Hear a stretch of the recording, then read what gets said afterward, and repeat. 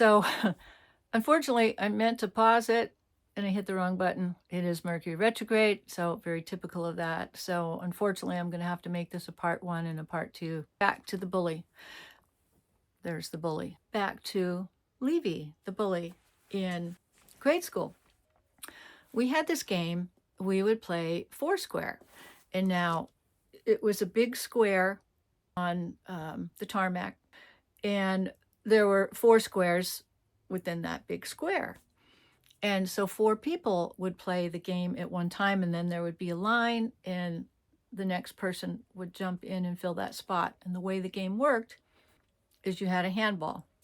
When we say handball, not a small handball like a racquetball court like that.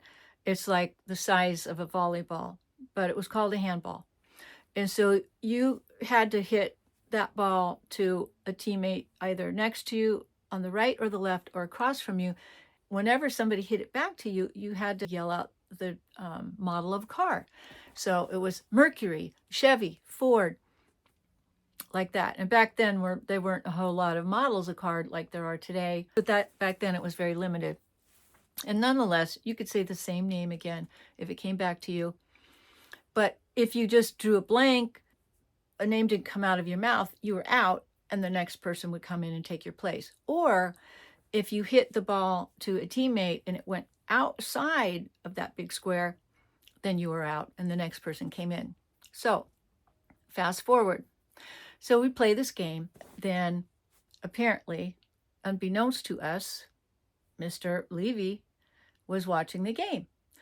Levy comes in all of a sudden, most inopportune time, and kicks that ball all the way down, to the end of the field. We have to stop our game and we have to go chase after that ball.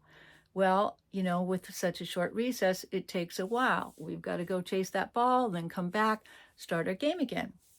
So fast forward. So this happens again.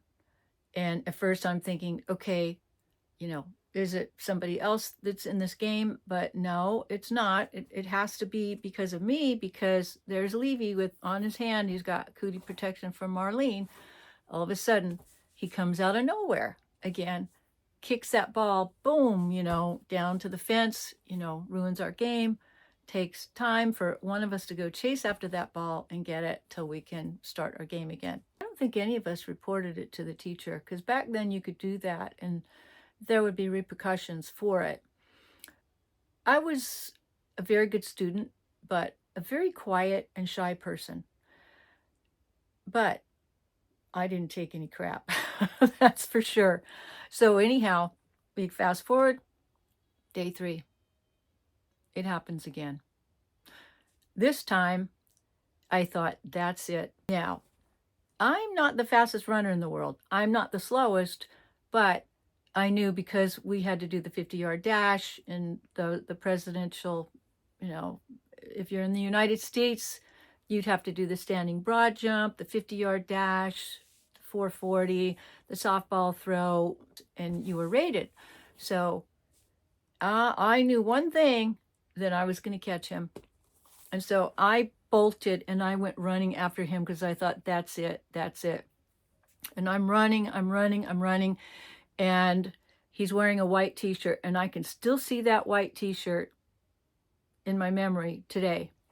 And so I thought, all I got to do is grab hold of that t-shirt, and I got him. So he's running. I'm getting closer. I grabbed that t-shirt and I got him, and I punched him. I punched him really hard in the back, really hard. And then I punched him again. And so what I didn't know is there were a couple little boys, you got to remember, we're all 9 years old at this time. And I was not somebody that would pick a fight with somebody, but if you're going to constantly antagonize me. So anyhow, there was a couple little boys that saw it, and he got teased the crap out of. Let me tell you, the bully, Levy, never did it again. We never had that problem again. But the boys would say, Levy got beat up by Marlene. Levy got beat up by Marlene. And they kept chanting this, They would tease him they teased him for probably a good couple of weeks, and I don't think he ever lived that down at that age.